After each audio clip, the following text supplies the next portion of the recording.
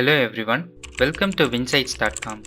In this video, we will check out how to enable Microsoft XPS Document Writer on Windows 11.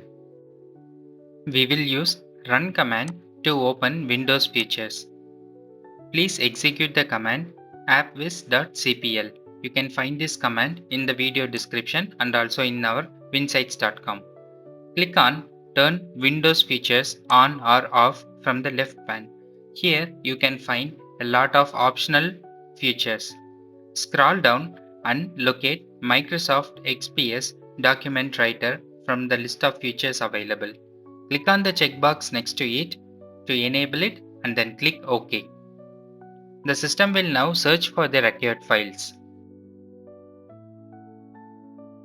The system will then apply the necessary changes. Microsoft XPS Document Writer is now enabled.